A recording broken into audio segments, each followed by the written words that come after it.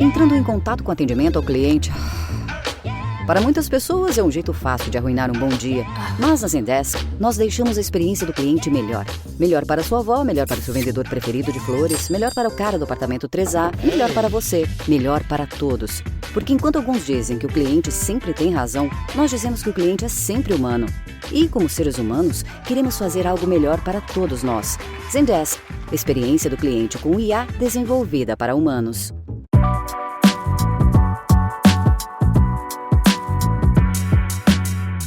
Welcome back, Investies. I'm your host, Linda Garcia. This week on the podcast, we are on vacation. Both the Cosmic Standard team and I are taking a much-needed break. Can you all believe that we have been recording an episode every single week for you since August of 2023? I can't believe it. I can't believe that we are about to approach a year and we've been consistent with the content that we put out. So we are definitely taking a much needed break. This week on the podcast, we are going to visit an important episode on direct ownership that aired, fun fact, back in August when we first released the podcast. This is actually probably one of what I would consider the most important episodes because it really puts into perspective why it is important for us to be direct owners of the stock market. Most especially as the stock market just hit a fresh new all-time high of 5,400 points. 5,400 points. To put that into perspective, in 2020, the S&P 500 dropped to 2,500 points. That means that we have seen an increase of 113%. I can't tell you all this enough. It is so important for us to participate in the stock market, and it is more important for us to become direct owners. Enjoy this episode. See you soon. The stock market and economics overall is a topic that I am extremely passionate about, and I want it to be accessible. But I think more importantly, I want us to know that we are more than capable of understanding the system and playing the game. We are more than just consumers. I have been studying data on our community for over 20 years.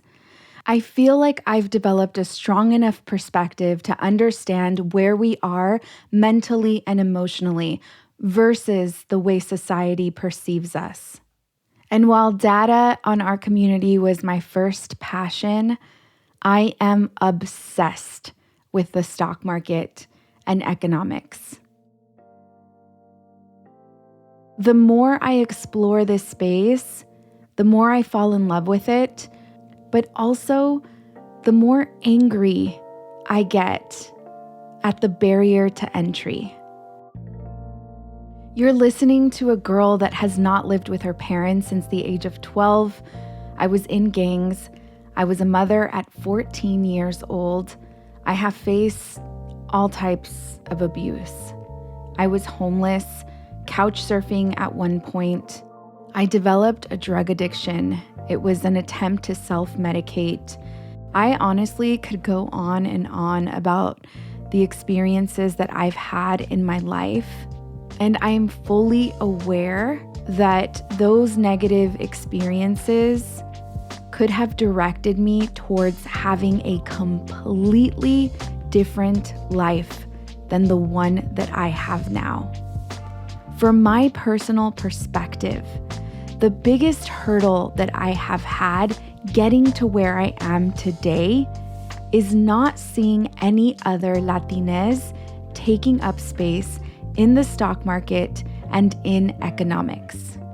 Of course, growing up, I didn't know anyone that was participating in the stock market or talking about economics. I am the first one. And understanding that only 15% of Americans participate in the stock market as direct shareholders makes this an even bigger issue. It makes me wonder why publicly traded companies are public. Who are publicly traded companies public for? For whose gain? I also didn't see people of color discussing or conversating about economics. And if I add my personal life experiences and everything that comes with, what I am doing right now feels absolutely impossible. So yeah, of course, it shocks me that this is something that I'm passionate about and that this is something that I'm actually executing. We are actually out here talking about economics, breaking things down, and we're not code switching and we're not assimilating. We're showing up just the way we are. I learned very early on that I was a shame. I learned very early on that I was a statistic and that the odds were not in my favor. However, what I am learning now is that I am a very intelligent person and that I have the capability to understand very complex systems.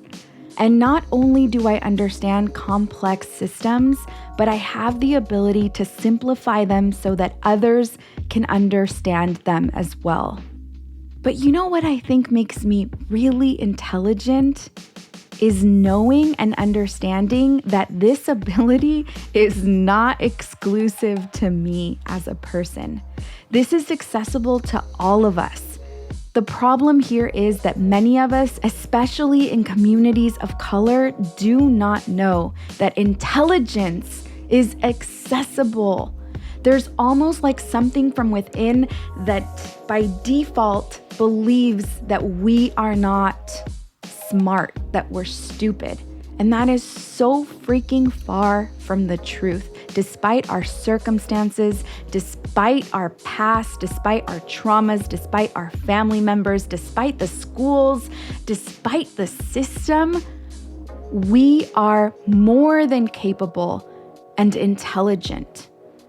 And my hope is that in me sharing who I am with my honest, lived experiences, that I reflect your lived experiences and that you have the proof you need to be whatever it is that you want to be.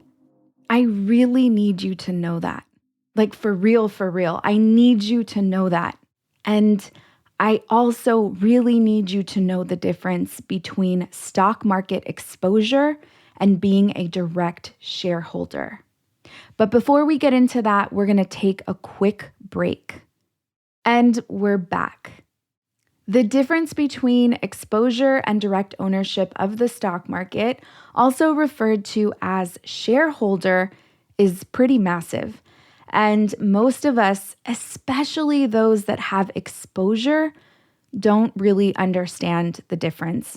And honestly, I really don't expect anyone to because this is so complex. I want to start off by saying that I am not advocating for not having exposure. This is really important for me to make sure that you understand. What I am advocating for is for being a direct shareholder. I am advocating for owning shares in a publicly traded company, and I want to make sure that you can do both. You can have exposure, and you can also become a direct shareholder. This doesn't have to be one or the other. The most common way of having exposure of the stock market is via a 401k. Most of us are familiar with 401ks because it has been the normalized experience when it comes to investing.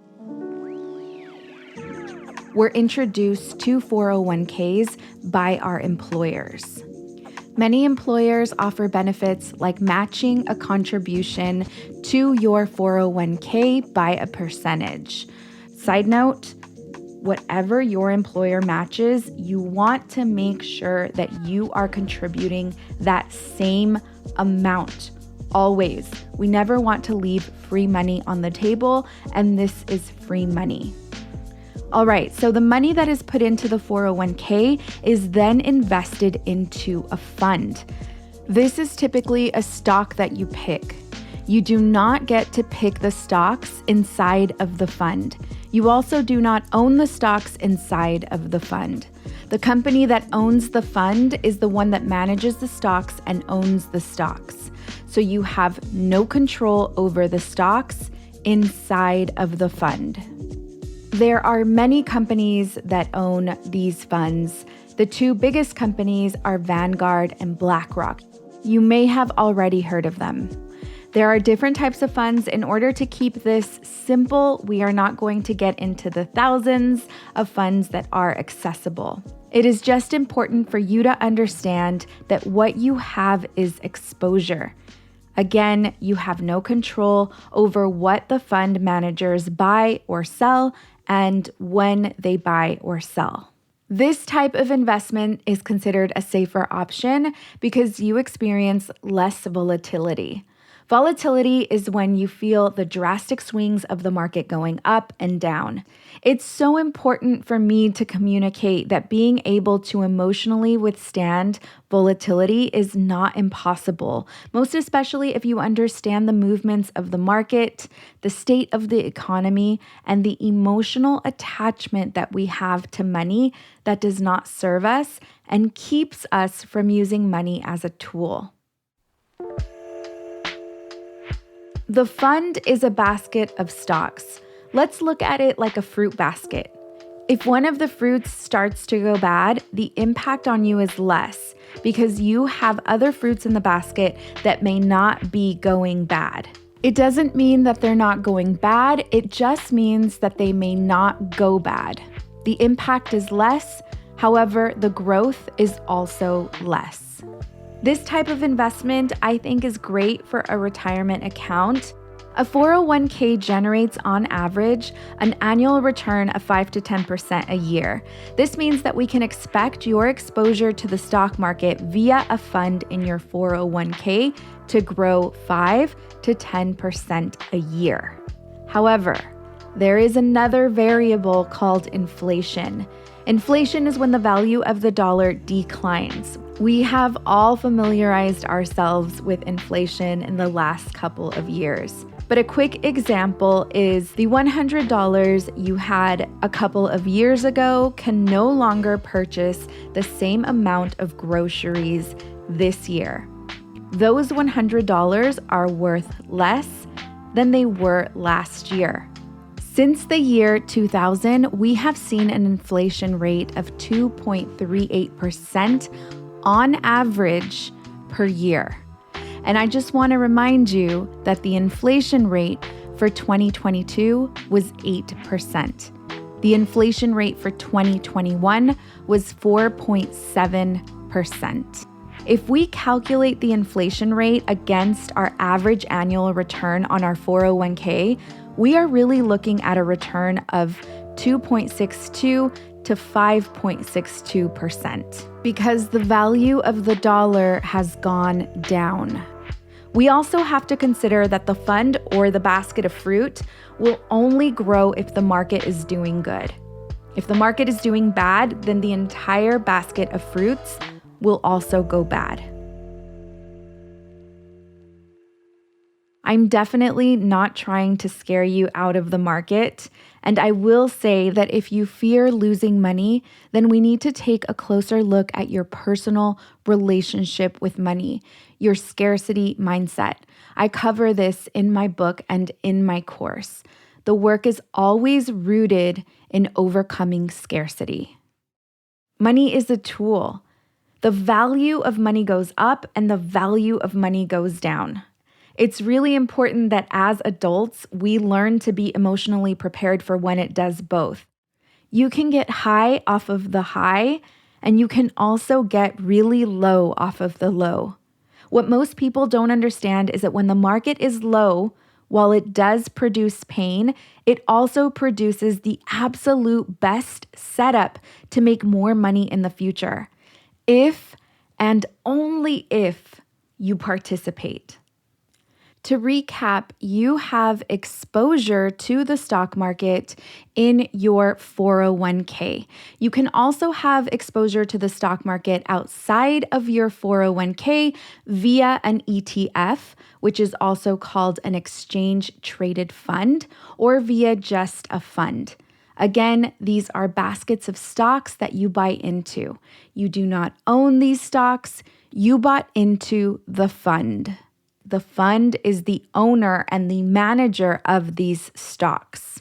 You have the opportunity to invest into these funds via your 401k, and you also have the opportunity to invest in these funds directly within a brokerage account.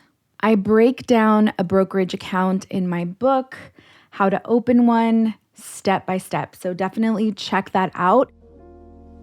As a reminder, I do not think that you should not be invested into funds or a 401k. My perspective is that you should also be invested in direct ownership of publicly traded companies.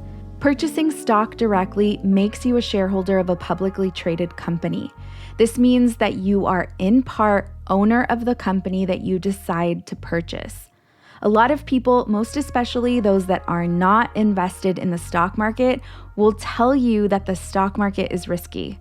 It's really important for us to pay attention to who is giving us advice on the stock market, despite what they do, even if they work in finance. I have found that the majority of people that tell me that the stock market is risky have never even invested. They're giving me hearsay advice. If they are invested in the stock market and they are still discouraging you from investing, they may potentially believe that you are not capable of making a profitable investment decision.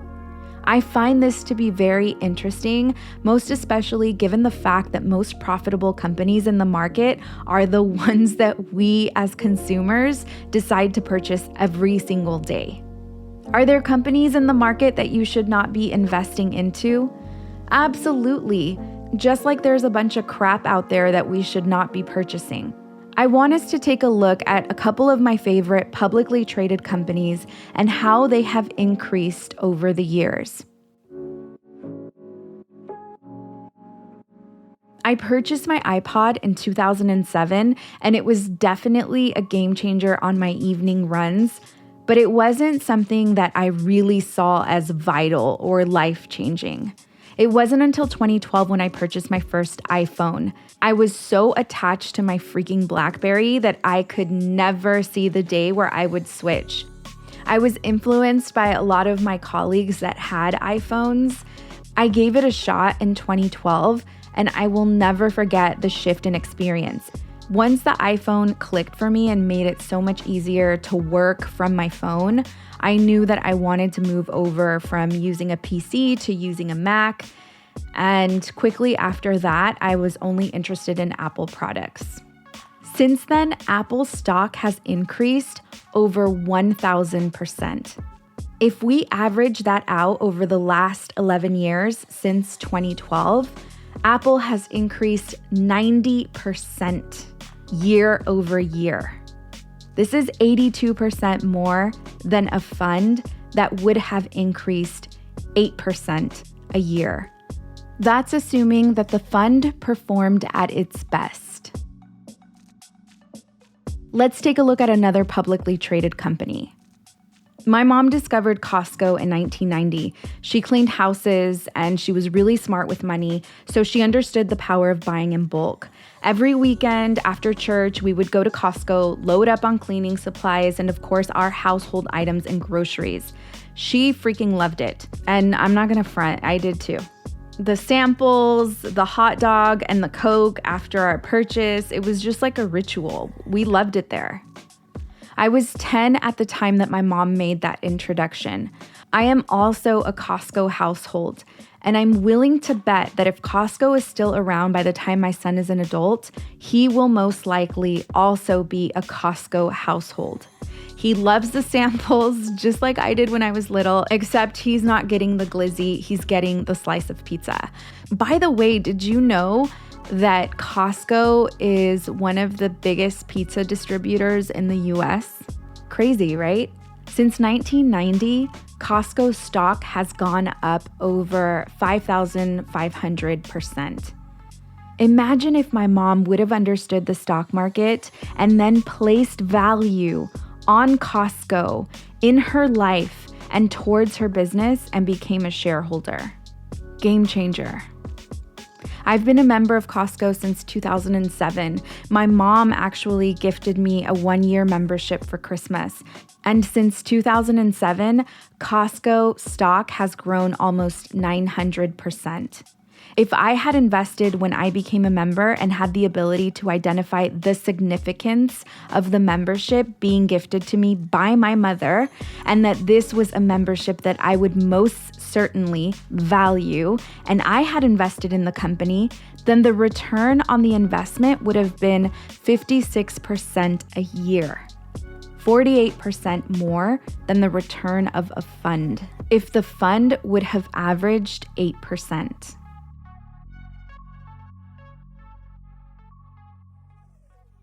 I dare you to look at some of your favorite publicly traded companies to see how much they've gone up from the time that you knew that they were going to be a staple in your life. I dare you to check.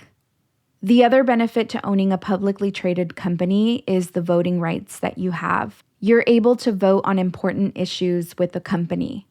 Can you imagine the power that we would have if at least 25% of direct owners were people of color? As it stands right now, 90% of direct shareholders are white. And check this, the top 10% of the most wealthiest people in this country own 88.6% of stocks. Why is that? I really want you to think about this. What do they understand that the majority of us don't? Why is the focus for Americans to save for retirement accounts or invest in funds and real estate?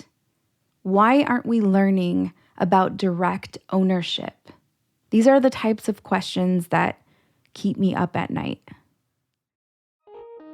I've created so many resources to help us through this process. This isn't about finding a needle in a haystack or a get-rich-quick scheme. This is about understanding this game. This is about the long term. This is about education. This is about economic power. This is about generational wealth. Thank you for listening to this week's episode. If you're enjoying Investies, please head over to Apple Podcasts, rate and review us. Share this episode with friends and family that you feel would resonate.